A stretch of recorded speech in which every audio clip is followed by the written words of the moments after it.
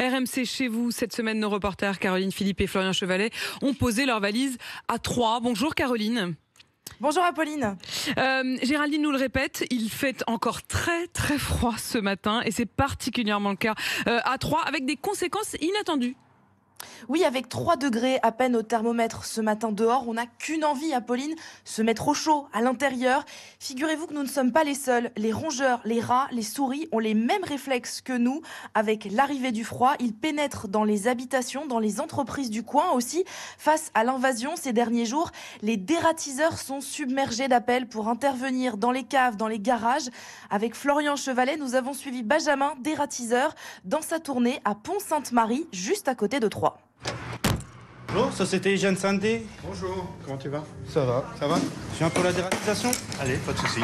On attaque. Je sais qu'il y a une boîte qui est juste là. Là, on voit bien que le sachet est bien grignoté et que la pastille est bien mangée. Donc, il y a des rongeurs. Et ça, c'est censé les tuer? Oui. Donc là, je vais aller vers l'entrée. Ça monte partout, sur les tuyaux, ça monte partout. Alors, ils ont mangé, il y a quelque chose dans la boîte? Donc vous avez tout vérifié le reste du coup? Oui, c'est ça. Ouais. Moi, je suis Christian Chavanon, je suis un restaurant traiteur.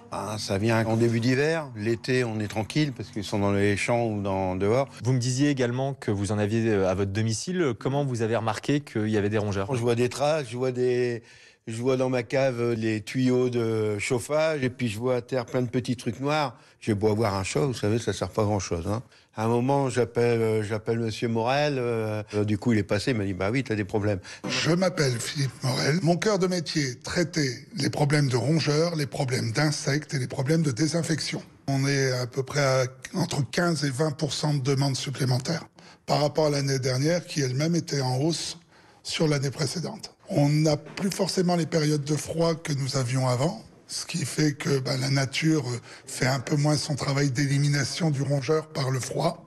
Et puis il y a aussi des décisions et des normes qui sont sorties juste pour la France. Une seule substance active est autorisée pour traiter les rongeurs et pendant une période de plus de 30 jours. Il y a des phénomènes qui sont en fait des phénomènes de résistance. Comme vous et moi pouvons l'être à un antibiotique, leurs descendants sont effectivement résistants. Et on a bien compris que c'était pas facile de se débarrasser des rongeurs. Caroline, est-ce qu'il y a des gestes de prévention qu'on peut adopter à la maison, tant qu'à faire, autant que ce soit utile ? Eh bien oui, les dératiseurs nous ont donné quelques conseils pour vous. D'abord, calfeutrez au mieux votre maison. Vérifiez les murs, vérifiez les plinthes et rebouchez les trous, même s'ils vous semblent petits. Ensuite, ne laissez pas traîner de la nourriture ou de l'eau. Évidemment, ça les attire. D'autant plus en hiver, dehors, les rats ont mal à trouver de quoi manger en cette période et l'eau peut être gelée. Et oui, on n'y pense pas. Enfin, si vous découvrez des cannes grignotées ou des crottes, appelez un professionnel. N'essayez pas de les éliminer par vous-même. Souvent, les produits qu'on trouve en fait en vente libre sont sous-dosés en poison, donc peu efficaces.